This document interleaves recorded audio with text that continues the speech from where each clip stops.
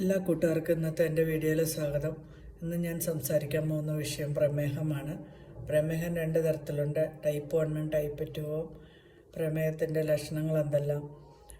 രക്തത്തിലെ പഞ്ചസാരയുടെ അളവ് നിയന്ത്രിക്കുന്ന ഹോർമോണാണ് ഇൻസുലിൻ. പാൻക്രിയാസ് ഗ്രന്ഥിയാണ് ഇൻസുലിൻ ഉൽപ്പാദിപ്പിക്കുന്നത്. ഈ ഗ്രന്ഥി ശരീരത്തിന് ആവശ്യമായ ഇൻസുലിൻ ഉൽപ്പാദിപ്പിക്കാതിരിക്കുകയോ അല്ലെങ്കിൽ ഉൽപ്പാദിപ്പിക്കുന്ന ഇൻസുലിൻ ശരീരത്തിന് ഫലപ്രദമായി ഉപയോഗിക്കാൻ കഴിയാതെ വരികയോ ചെയ്യുന്ന അവസ്ഥയാണ് പ്രമേഹം. പ്രമേഹത്തെ ഒരു സാധാരണ രോഗമായാണ് കണക്കാക്കുന്നത്.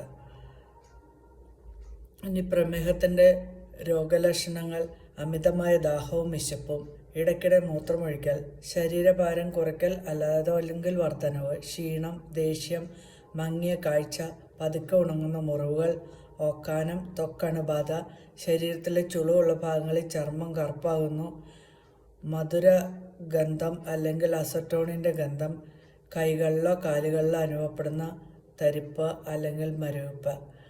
പിന്നെ മാസം തികയാതെയുള്ള പ്രസവം, ഗർഭം അലസൽ, ജനന വൈകല്യങ്ങൾ, ജനനസമയത്ത് കുഞ്ഞിൻ്റെ ഭാരക്കൂടുതൽ, നവജാത ശിശുവിൽ രക്തത്തിൻ്റെ ഗ്ലൂക്കോസ് അളവ് കുറയൽ, നവജാത ശിശുവിൻ്റെ ചർമ്മത്തിലും കണ്ണിലും മഞ്ഞ നിറം, നവജാത ശിശുവിന് ശ്വസന പ്രശ്നങ്ങളുണ്ടാകാം,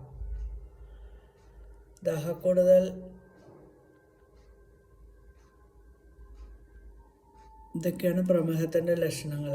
ഇനി നമുക്ക് ചികിത്സ ഡോക്ടറെ നോക്കുക.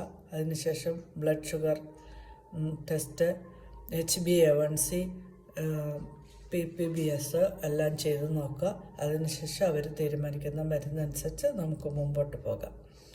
പിന്നെ നമ്മളെപ്പോഴും കൈകാലുകൾ ഒക്കെ കഴുകി വൃത്തിയായി സൂക്ഷിക്കുക.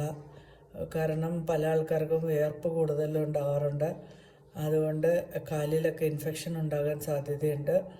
അതുകൊണ്ട് എവിടെയെങ്കിലും പൊട്ടലുകളോ മുറിവുകളോ വന്നാൽ എത്രയും വേഗം ചികിത്സിക്കുക. ചികിത്സ ഇല്ലെങ്കിൽ അത് കൂടുതൽ വലിയ മുറിവുകളിലേക്ക് വരാനുള്ള സാധ്യതയുണ്ട്. എൻ്റെ വീഡിയോ ഇഷ്ടപ്പെട്ടെങ്കിൽ എല്ലാവരും ലൈക്ക് ചെയ്യുക, ഷെയർ ചെയ്യുക, സബ്സ്ക്രൈബ് ചെയ്യുക, ഫോളോ ചെയ്യുക.